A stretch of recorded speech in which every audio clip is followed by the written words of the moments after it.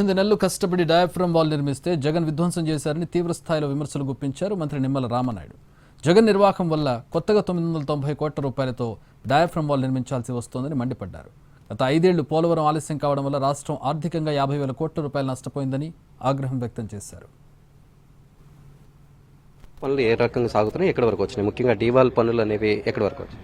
ఇవాళ పనులు ప్రారంభించారు. రేపు 25 డిసెంబర్కి కంప్లీట్ చేసే విధంగా షెడ్యూల్ పెట్టుకున్నారు. ఇవాళ ముఖ్యమంత్రి గారు స్వయంగా పర్యవేక్షిస్తూ ఉన్నారు.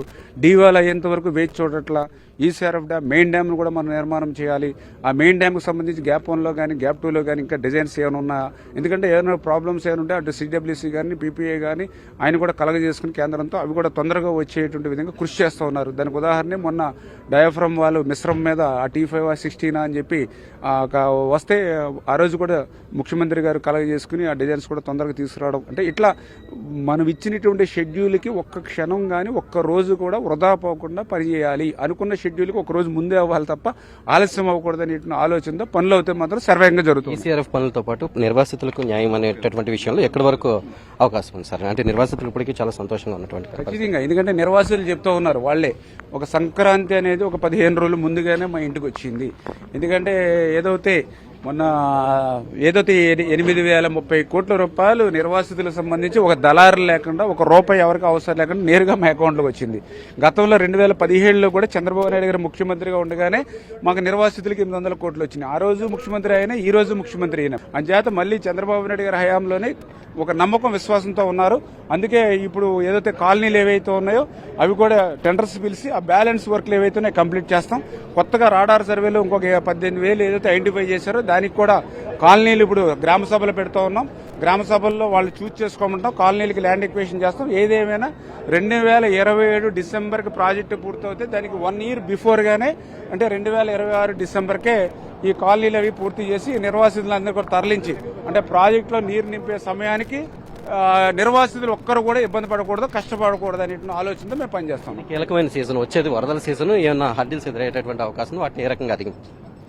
ఖచ్చితంగా ఏదైతే ఇది పోలవరం కూడా మీరు చెప్పినట్లుగా ఇది సీజనల్ ప్రాజెక్టే. ఎందుకంటే రేపు జూన్ నెల నుంచి వర్షాలు ప్రారంభమవుతే మరి దగ్గర 30,000 నుంచి 20,000, 25,000 లక్షల క్యూసిక్ల నీరు ఫ్లడ్ ఫర్ డే వచ్చేటువంటి ప్రాజెక్టు.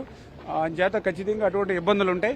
దానికి అనుగుణంగానే మేము కూడా షెడ్యూల్ రూపొందించుకుని, అంటే ఈ యొక్క ఏదైతే జూన్ నెల వరకు కూడా డెప్త్ ఎక్కడైతే ఉంటుందో, ఎక్కడైతే పనులు క్లిష్టతరంగా ఉంటాయి అటువంటి వర్క్స్ చేసుకుని ఆ రైనీ సీజన్ వచ్చేటప్పటికి ఇప్పుడు సపోజ్ ఇప్పుడు గ్యాప్ 2లో రైనీ సీజన్లో డీవాల్ నిర్మాణం చేయాలి.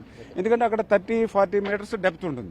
అంచేత అటువంటి డెప్త్ తక్కువ ఉన్న చోట్ల రైనీ సీజన్లో రిస్క్ లేకుండా వెళ్ళాలి. అంటే ఇట్లా ఒక ప్లాన్, ఒక ప్రణాళిక బద్ధంగా మనం ముందుకెళ్తా ఉన్నాం.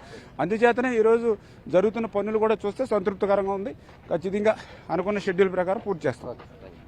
ఆ పోలవరం పనులను అనుకున్న లక్ష్యానికి పూర్తి చేసేందుకు ప్రభుత్వం ముందడుగులు వేస్తోందని మంత్రి రామానాయుడు స్పష్టం చేస్తున్నారు. అలాగే 2027 నాటికి పనులు పూర్తి చేయడం, అలాగే డయాఫ్రమ్ వాల్ ఏదైతే ఉందో ఈ ఏడాది డిసెంబర్ నాటికి పూర్తి చేసే విధంగా లక్ష్యంతో ముందుకు వెళ్తున్నామని, అలాగే రాబోయేటటువంటి వరదల సీజన్ను కూడా దృష్టిలో ఉంచుకుని అక్కడ పోలవరం ప్రాజెక్టు నిర్మాణ ప్రాంతంలో వచ్చేటటువంటి సీపేజీని అరికట్టడం, అలాగే ప్రాజెక్టుకి సంబంధించిన నిర్మాణాలు పూర్తి చేయడంతో పాటు సమాంతరంగా ఎవరైతే నిర్వాసితులు ఉన్నారో వాళ్ళందరికీ పూర్తి స్థాయిలో న్యాయం చేసే విధంగా కూటమి ప్రభుత్వం అడుగులు వేస్తోందని మంత్రి రామానాయుడు స్పష్టం చేస్తున్నారు. వీడియో జర్నలిస్ట్ కరిశ్రమాస్తో మల్లికార్జున్, పోలవరం నుంచి.